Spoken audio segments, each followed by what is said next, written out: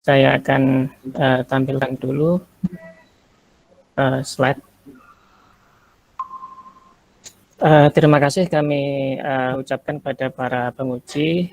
Langsung kemauan, saya akan coba paparkan sekilas tentang hasil temuan saya dalam tesis yang saya tulis, yaitu Pemikiran Pendidikan Islam Syekh Ahmad Al-Qushashi dan relevansinya di era modern. Langsung kemauan, saya akan bacakan beberapa hal yang saya ambil dari abstrak yang saya tulis.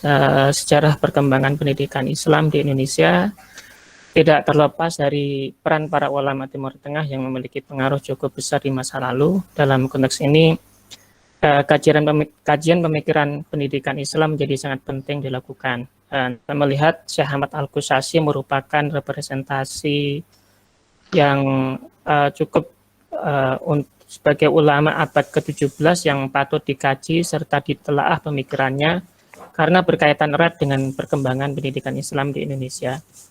Penelitian ini diperlukan karena saya melihat belum ada yang membahas Al-Qushashi khususnya tentang pendidikan, agar dapat memahami juga tentang pemikiran beliau dari segi tujuan, metode, kurikulum, serta pola interaksi guru-murid dalam pendidikan menurut Al-Qushashi, serta relevansinya dengan pendidikan era modern di Indonesia.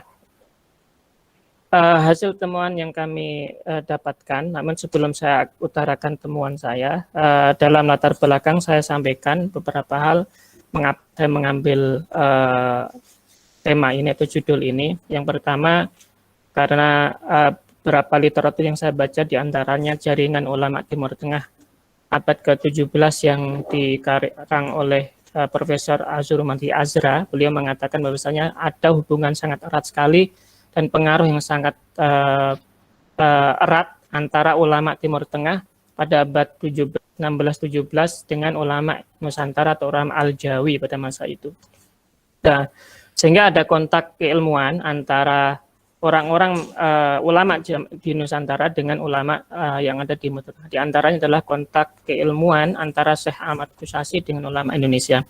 Dan banyak juga murid-murid Syekh Ahmad Al-Qushashi yang tersebar di dunia dan khususnya di Nusantara.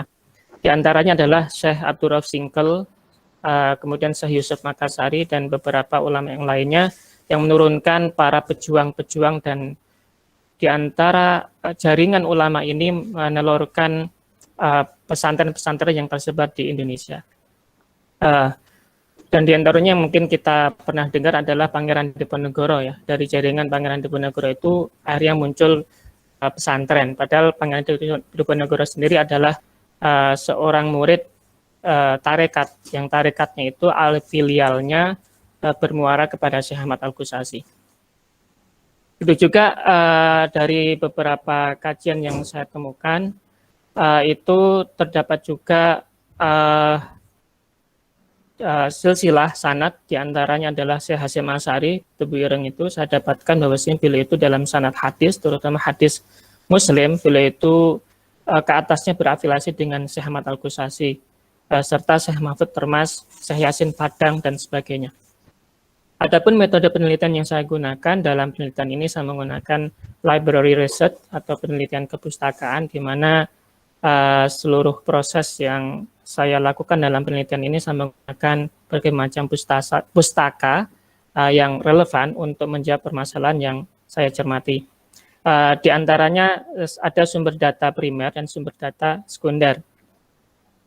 Sumber data primer yang saya ambil adalah yang pertama dari Simtul Majid, karangan Syekh Ahmad Qushashi. Ada kitab tahqiq, ada lagi kitab yang berupa manuskrip, kemudian Daul Halah, lagi Manzumatut Tauhid, karya Syekh Ahmad Qushashi, namun ini masih berupa manuskrip, jadi tidak bisa kami dapatkan versi cetaknya. Kemudian ada lagi karya dari murid Syekh Ahmad Qushashi, yaitu Al-Umam Li'iqadil Himam, karya Ibrahim Al-Qurani, murid langsung dan juga menantu Syekh Ahmad Qushashi, berupa kitab tahqiqan. Kemudian ada lagi Fawaidul Ittihal wa Nataijut Safar fi Akhbari Ahlil Qarn Al-Hadil Ashar, itu karya Syekh Mustafa bin Fatullah Al-Hamawi Al-Maki. Ini juga kitab tahqiqan ya, ada versi cetaknya. Kemudian ada lagi Rihlah Al-Ayashiyah, karya Abdullah bin Muhammad Al-Ayashi, itu juga termasuk murid dari Syekh Ahmad Al-Qushayri. Sudah ada versi cetaknya. Kemudian As-Saghir, ini masih berupa manuskrip, ini merupakan karya dari Syekh Ibrahim Qurani tentang Mandumatut Tauhid dari Syekh Ahmad Al-Qushayri. Masih berusaha manuskrip dan saya dapatkan dari perpustakaan Leiden di Belanda ya.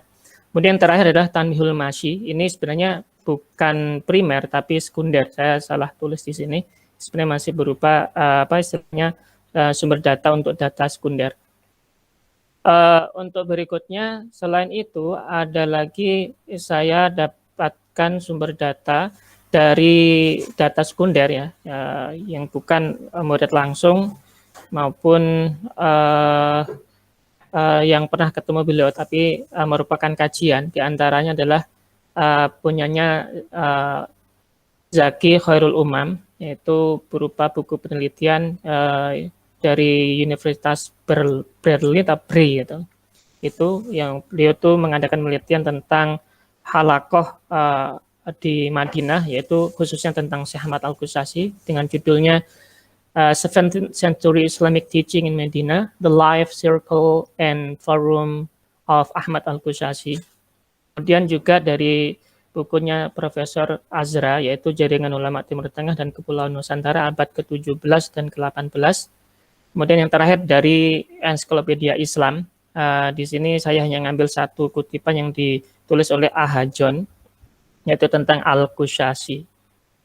Ya, itu beberapa data, baik data sekunder maupun data primer ya. Kemudian hasil penelitian yang saya dapatkan dalam penelitian ini, saya menemukan beberapa hal, diantaranya dari pemikiran pendidikan Islam Syekh Ahmad Qushayri. Yang pertama dari segi tujuan. Tujuan pendidikan menurut Syekh Ahmad Al-Qushayri yang pertama adalah untuk tauhid atau untuk mentauhidkan Allah. Dan yang kedua adalah untuk takwa atau agar menjadi hamba yang bertakwa atau al-muttaqi.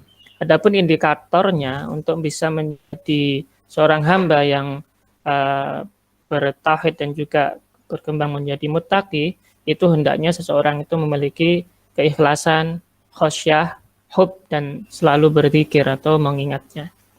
Itu di antara indikator dalam tujuan ini.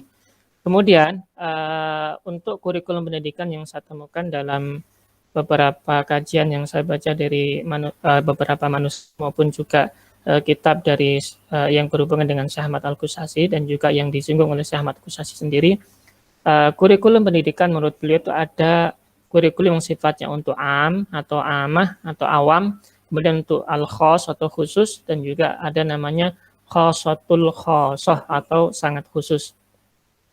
Yang keterangan tentang ini saya dapatkan juga dari buku lainnya yang menjadi rujukan yang dirujuk oleh Syekh Ahmad Al-Qushayri, yaitu dari keterangan Syekh Muhammad Bos, dan saya dapatkan dari kitab Tamnihul Masyi, muridnya Syekh Ahmad Al-Qushayri, yang menerangkan bahwasanya model tauhid atau kurikulum tauhid ini itu yang pertama itu yang dimaksud dengan kurikulum untuk am itu adalah bersaksi atau syahadah alla ilaha illallah dengan ucapan atau mungkin sekedar lahir ya. Kemudian untuk khos itu adalah kesaksian bahwa tiada yang menyertai atau membersami Allah atau tidak ada yang menyekutukannya, yaitu dengan amaliyah ya.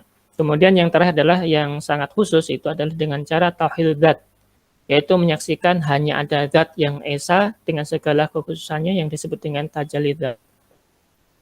Kemudian dalam beberapa keterangan yang lainnya saya dapatkan juga dalam kitab Simtul Majid bahwasanya beliau menyitir bahwa ada istilah syariat, tarekat, dan hakikat, yaitu seorang murid itu tidak hanya dibekali bagaimana dia itu mengetahui tentang agama, tapi bagaimana praktek agama itu dalam bertarekat, dan sehingga nantinya dia akan memahami hakikat dari suatu keilmuan, sehingga dia menerangkan, Syekh Ahmad Qushayri menerangkan dalam beberapa kajian yang saya dapatkan di sini adalah tadi yang saya sebutkan adalah kurikulum am, khusus, dan sangat khusus.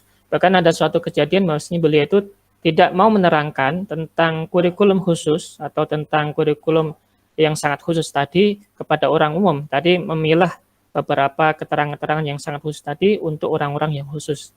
Artinya Berarti ada beberapa materi yang memang dikhususkan untuk orang umum, dan ada beberapa materi yang memang dikhususkan untuk orang khusus, dan juga ada materi yang sangat khusus sekali yang tidak boleh orang tahu.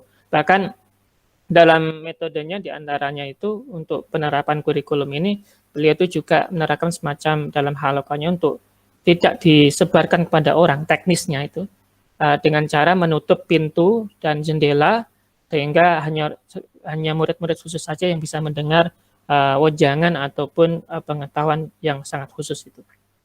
Adapun tingkatan amal yang saya dapatkan juga dari beberapa keterangan dari Syekh Ahmad Al-Qusasi, ada istilah al-abror, al-akhyar, dan sattar. Dan istilah yang terakhir ini, as-sattar, ini menjadi istilah yang beliau pegang dalam tarikat beliau, yaitu tarikat Satoriyah, ya, yang menjadi semacam puncak dari semua pengetahuan dalam pengetahuan hakikat, ya. Yaitu orang yang disebutnya menurut keterangan dulu adalah al-mufridun, atau orang-orang yang dia itu mengkhususkan dirinya untuk menuju ke Allah. Intinya orang-orang yang musri'una ilallah, yang percepat jalannya untuk menuju kepada Allah, itu disebut as-sattar. Nah, adapun model kurikulum yang saya dapatkan dalam kajian ini, saya dapatkan bahwasanya pola interaksi kurikulum yang ditulis diantaranya dalam beberapa kitab, khususnya kitab-kitab Syekh Ahmad Al-Qusasi, yaitu dari Simtul Majid, Mantumatul Tauhid, maupun kitab-kitab yang lainnya, itu memiliki pola integrasi antara ilmu syariat dan ilmu hakikat, atau antara ilmu tasawuf dan ilmu syariat, di mana di dalamnya beliau itu mencantumkan beberapa ayat Al-Quran dan hadis dan keterangan-keterangan yang lainnya yang berhubungan dengannya. Selain itu juga pernyataan ini diperkuat oleh keterangan Al-Ayashi, yaitu murid Syekh Ahmad Al-Qusasi langsung. Bahwasanya beliau mengatakan, wa ma ra'ayna kalama ahadin min arifi zamanina bal wa min qablihi yusawi kalama Syekh As-Safi fi mazjil haqaiq bil ahadits an-nabawiyah wal ayat al-Qur'aniyah hatta la yakada kalamun lahu yakhlu min ayatin aw hadits. Kami belum pernah melihat kata-kata dari seorang arif atau seorang ahli ma'rifat di zaman kami, atau bahkan sebelumnya, yang sama atau yang selevel dengan kata-kata Syekh Sofi atau Syekh Ahmad Al-Qusasi, ya, dalam mengkolaborasikan antara ilmu hakikat dengan ilmu hadis, Nabi, dan juga ayat-ayat Al-Quran. Sehingga hampir tidak terdapat dalam pendapatnya perkataan yang tanpa ayat atau tanpa dasar ayat maupun hadis. Itu yang diterangkan oleh Syekh Abdullah Al-Ayashi dalam kitabnya Arilah Al-Yasiyah. Adapun persentase materi pelajaran dalam halakoh Syekh Ahmad Al-Qusasi ini sebagai data pendukung saja. Data ini saya dapatkan dari Zaki Umam, ya. Saya coba telaah secara persentase dengan menggunakan Excel, kemudian saya telaah rata-rata dari materi yang dikaji dalam halakoh beliau itu 59% itu hadis, 12% itu tasawuf, kemudian sisanya ada tentang akidah, ulumul hadis, ada gramatika Arab, ada lagi sejarah, ada sastra, ada doa dan wirid, ada astronomi, dan ada filsafat dan juga tafsir. Itu diantara beberapa materi yang dikaji dalam halakoh atau dalam circle dari Syekh Ahmad Al-Qusasi.